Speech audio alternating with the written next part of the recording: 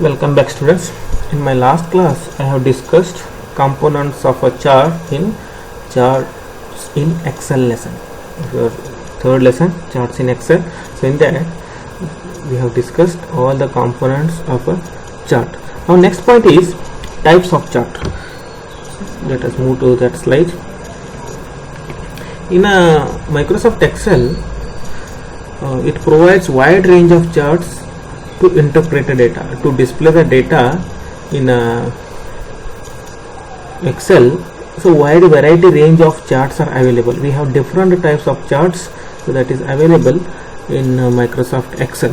So these charts share common features which assist the user to comprehend the data logically. So all the charts, so whatever charts are available, so that all the charts shares common features. So common features are same, but only the appearance is different. Okay, so features are same, appearance is different.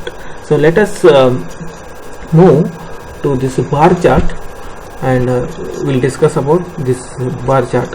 So this chart, what happens here, so the data gets displayed in the form of long rectangular rods called bars. So these long rectangular rods, these are called as bars. Your data is showing in the form of bars, so that's why this chart is called as bars. And so this data, so this bar can be placed horizontally or vertically. You can place it on horizontal direction or you can place it on vertical direction. In this type of chart, categories are represented on the vertical axis and values are represented on the horizontal axis. So this is horizontal axis, so values are representing and categories means that names are displaying on a vertical direction. So this is a bar chart. The next chart, that is column chart. Here a column chart, the chart is displaying in the form of columns. So this chart mainly you might be seeing for referring, so while comparing the results and all. For example, if I consider the unit test, so 3 unit tests, so first unit test, second unit, third unit, easily we can compare the performance of a child. This chart displays the data and shows different trends over a period of time, and it is a default chart type. So when you insert the chart in a Microsoft Excel, the first chart that gets inserted in your Excel sheets, that is the column chart. It is a default chart. So in this chart, so in this type, categories are organized horizontally. Here these categories, the names are organized horizontally and values are organized in a vertical direction. Okay, vertically you can see the values and horizontally you can see the categories. So next chart comes line chart. In a line chart, you can see here it is in the form of lines. Here lines are formed. Okay, so that's why it is called as a line chart. It illustrates a trends in data at equal intervals. It is quite similar to plotting a graph on a graph paper with its values on the x and y axis. So like you might be learned in a mathematics drawing the graph. Okay, so on a graph sheet you will draw, so that on the x and y axis you will plot that graph. You will mention that points and you will plot it, you will draw it. So it is useful emphasizing continuously by showing change in data over a period of time. So whenever the data gets changed according to the period, then automatically it gets updated. Here so in a cricket match and all you might be seeing, so they will compare, means they will compare both the teams, so about their performance, in the sense, so after 30 overs what was the score of that team and what is the score, and when their wicket has fallen, so in which particular over they have scored more runs.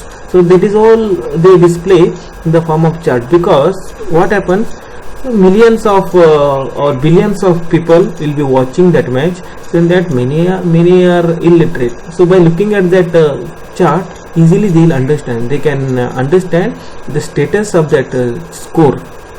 Okay, it is generally used to represent huge amount of data. This line chart is usually used to represent huge amount of data. So in that case you can use this line chart. Only explanation is given. Next comes area chart. Okay, so this is the area chart. Already it is plotted on Excel sheet, and it is placed in your presentation slide. It is a unique version of line or column graph. Okay, this area chart, it is a unique version of line or column graph. This type of chart has a greater visual impact than a line chart. So here in a line chart you have seen, so only lines were there. Okay, and here what happens, so it's like you can say combination of a column and line. So it emphasizes on the magnitude, that is the volume of change over a time by showing the sum of the plotted values. And area chart also displays the relationship of parts to a whole. So that explanation is given here. This is the way the area chart values are displaying. So that graph is displaying in this format, so in an area chart. Okay, so when we change the chart type, according to that chart type, again the image gets changed. Okay, so next is XY scatter chart. Okay, XY scatter chart. So this chart always has a two value axis. Here this XY, X and Y, two values. Okay, you can see here scattered, scatter me here and there. So these all are scattered. One set of numerical data displayed along the horizontal axis, that is X axis. Okay, so that horizontal axis, that is X axis, is here. So this is X axis, and the Y variable then becomes to a dependent variable. Its each value depends upon the corresponding value of variable X. Here both X and Y, so that both the X and Y are dependent on each other. So whenever the data gets changed, according to that data, so here points get displayed. So on the X and Y axis, that points gets pointed over that chart. The chart combines these values into single point and then displays those points at the intersection of X and Y numerical values. Here, so where that X and Y gets intersect, means it gets meet, you can say. Okay, in that particular position, in that particular location, so that point will be placed, and automatically that X and Y, that points you can see X and Y, that points are scattered. Okay, so these all are some points, and still there are some charts, that is pie chart. Okay, let us discuss that pie chart here.